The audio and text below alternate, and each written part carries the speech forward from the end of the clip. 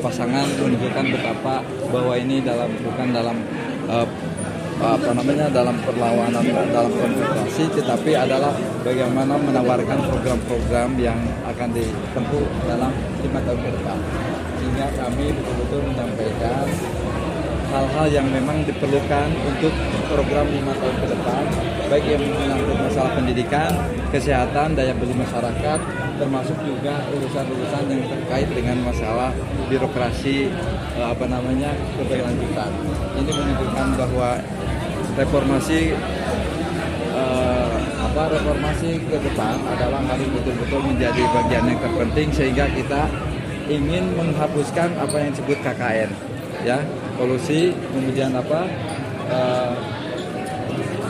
nepotisme dan korupsi, kolusi dan nepotisme, sehingga ini akan menjadi tercegah untuk 5 tahun ke depan, sehingga kita akan membangun sebuah sistem tata kelola pemerintahan yang lebih baik.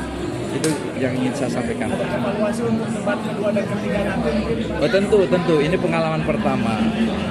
Kami kan berasal dari sebagai anggota DPR, sekarang masuk di dalam kancah pertarungan di bidang eksekutif.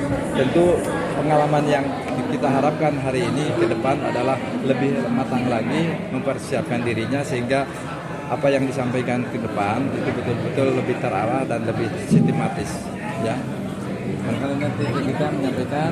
Kita mungkin, jadi kami ingin memastikan masyarakat Jawa Barat harus bahagia. Dan saya sebagai perempuan, saya yang paling mengerti perempuan. Insya Allah untuk kekerasan terhadap perempuan tidak boleh ada lagi. Untuk anak-anak yang tidak sekolah, nggak boleh tidak sekolah lagi. Untuk yang paling fundament adalah kacamata memandang Jawa Barat itu adalah kabupaten kota sih Jawa Barat. Apapun partisipasi kasar, digitalisasi dan sebagainya, semuanya ya harus melihat Bandung dan seluruh kabupaten Jawa Barat. Itu yang paling esensi, itu yang paling utama. Maka tadi kita jawabannya Jabar untuk semua. Jabar untuk semua ini akan membangun kepemerataan. Ya, bupati turun ke bawah untuk sinkronisasi konsep dan program, sehingga ketepatan kebijakan akan terwujud dengan baik.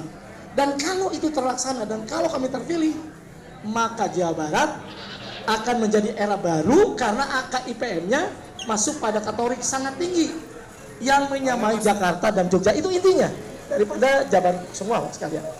Debat ini lumayan, cuman menurut saya perlu dievaluasi kembali ya, agar baik durasi atau polanya, agar semuanya bisa muncul. Kan debat ini menjadi referensi masyarakat Jawa untuk pemilih kan, sehingga tentu baik formatnya, baik waktunya diapresiasi betul, sehingga kami para calon ini bisa mengekspresikan seluruh konsep pembangunan sehingga rakyat menjadi jelas. Ya, kenapa memilih si A, kenapa memilih si B dan lain sebagainya. Ya, itu barangkali yang sampaikan kesempatan yang berbahagia teman sekalian. Saya dengan Kak Ronald tadi mencoba mencari satu kesatuan yang utuh. Bagaimana Kak Ronald menjawab, bagaimana saya menjawab. Di closing statement saya kira menjadi hal yang tentu sangat menyatulah kami dengan Kang Ronald. Kang Ronald menghabiskan waktu kurang lebih 30 detik. Ya. Saya juga 30 detik. Closing statement dibagi berdua. Ya, karena memang kami memang selalu ingin berdua gitu ya Pak ya. Makanya closing statement berdua gitu. Tanpa teks loh. Dan yang luar biasa, aku politisi lebih kaku lah kira-kira ya. Mencoba menggambarkan sesuatu, kadang-kadang gimmicknya agak serius. Ya. Tapi Kang Ronald, karena dia artis, entertain, dia milenial, sehingga bisa seperti itu. Jadi kami adalah pasangan yang sangat saling melengkapi di Jawa Barat. Ya, inilah konsep Jabar untuk semua seperti tadi saya bilang ya. JJ Ronald, senior, junior, bapak, anak, kolonial, milenial, kasep, lebih kasep. Oke, ada pertanyaan? Berjalan dengan lancar, dan saya dan Kang Ilham Habibie rasanya sudah seoptimal bisa menjawab apa yang ditanyakan oleh panelis maupun oleh pasangan kandidat yang lain. Saya kira demikian, saya senang dengan suasananya karena sangat ramai dan sangat meriah. Kadang memang tidak bisa begitu mendengar ya, karena memang bergema dan sangat berisik, tapi secara emosional positif, dan saya kira kita semuanya bisa memberikan jawaban yang insya Allah menyemangati masyarakat kita dan juga meyakinkan kita punya pengikut-pengikut bahwasanya kita yang terbaik untuk memimpin Jawa Barat ke depan.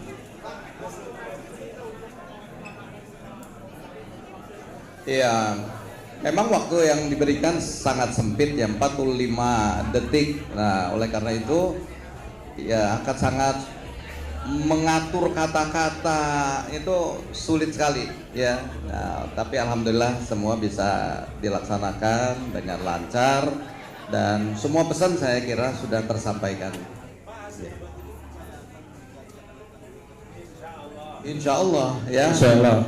Karena masyarakat masih menunggu ya, masih menunggu bagaimana yang akan dibawa harapan-harapan dari pasangan asih ini. Nah, tadi kita sudah sampaikan untuk beberapa bidang yang kita perdebatkan. Mudah-mudahan ini semakin meyakinkan masyarakat untuk memilih asih nomor 3. Debat itu kan bukan persoalan puas dan tidak puas. Debat itu adalah kemampuan kita mengartikulasikan materi dalam ucapan-ucapan yang bisa diterima oleh publik dan dipahami. Karena yang nonton kita ini rakyat Jawa Barat dan rakyat Indonesia. Maka bahasa-bahasa kita, kata orang Sunda, kudu kahati kupikir kahontal ku akal.